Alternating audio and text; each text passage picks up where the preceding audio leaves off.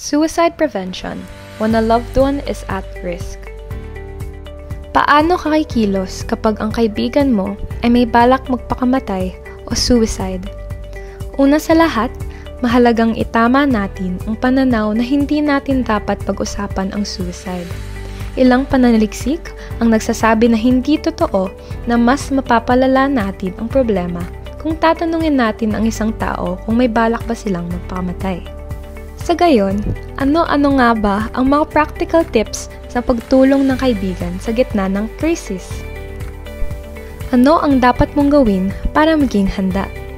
Una, mahalaga ang pagiging present ka sa usapan. Mahalaga din ang pakikinig ng may pag-unawa at walang panghuhusga. Siguraduhin din na mayroon isang listahan ng crisis resources. Paano mo sisimulan ang usapan? Maaari mong banggitin ang mga bagay na nagtulak sa iyo na magtanong tungkol sa suicide. Pwede mong sabihin, may mga nasabi ka na nakakabahala. Iniisip mo bang magpakamatay? Ano nga ba ang mga dapat mong sabihin? Unti-unting talakayin ng issue. Maaari mong gamitin ang mga sumusunod na tanong o mga pahayag. Ano ang nararamdaman mo ngayon? Kailan nagsimula ang mga pakiramdam na ito? Gusto kong tumulong. Paano kita matutulungan? Mukhang nararamdaman mo ay, parang naririnig ko na, ano-ano ang hindi mo dapat sabihin o gawin. Huwag mong hamunin ang taong may balak magpakamatay tulad ng, sige nga. Huwag mong subukang gamitin ang reverse psychology sa pamamagitan ng pag-udyok sa kanilang magtangka. Hindi mo naman ata kaya yan eh. Huwag mangako na kumpidensyal ang inyong mga mapapag-usapan. Maaari mong sabihin, hindi ko masisigurado na ito'y magiging sikreto dahil iniisip kita at nandito ako para tulungan ka. Huwag magbigay ng katiyakan na maaaring hindi totoo, gaya ng, magiging maayos din ang lahat. Huwag magbigay ng mga moral na hatol o judgment. Huwag makipagtalo o magbigay ng lecture. Huwag ibaliwala ang problema o mag-alok ng simpleng solusyon. Huwag mong gawin ito ng mag-isa. Sa abot ng iyong makakaya, mag-refer o humingi ng tulong mula sa mas angkop na profesional. Ano pa ang maaari mong gawin kung may plano na siya? Kapag magtangkang magpakamatay ang iyong kaibigan, huwag mo siyang iwanan mag-isa hanggang lumipas na ang krisis.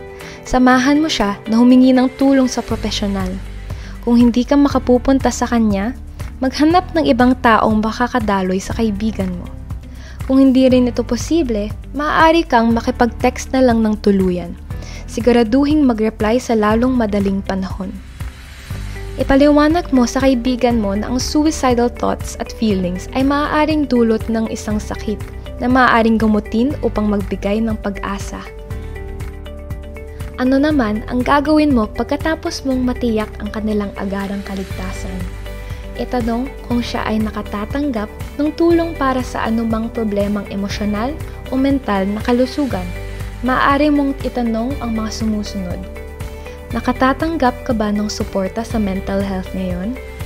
Meron ka na bang profesional na maaaring lapitan?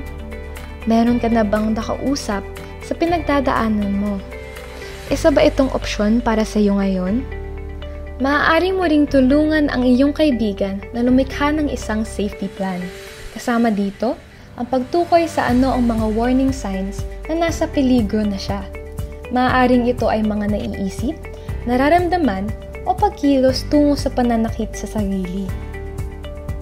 Kasama sa safety planning ang ano ang maaaring gawin para tulungan ang sarili.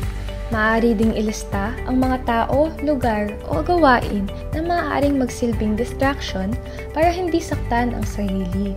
Kasama sa safety planning ang paglista ng tao na pwedeng magbigay ng suporta. Maaari ding ilista ang mga helpline na pwedeng tawagan.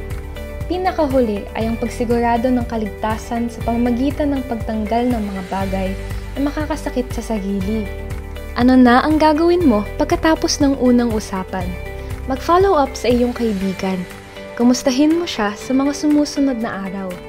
Mas mabuti kung tanungin mo siya kung okay lang bang mag-follow up at kung gaano kadalas ito pwedeng gawin.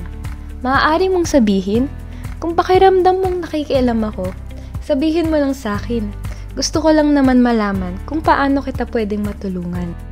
Tandaan na normal ang pagkakaroon ng feelings of hopelessness o powerlessness kapag sinabihan tayo ng kaibigan na may balak siyang magpakamatay. Ngunit, meron dapat tayong gawin kapag may kaibigan tayong suicidal. Ang pakikinig ng may pag-unawa at pagsuporta sa kanila ay isang malaking tulong na. Sa pagsunod mo sa mga tips na ito, ay maaari mo nang maligtas ang iyong kaibigan galing sa krisis.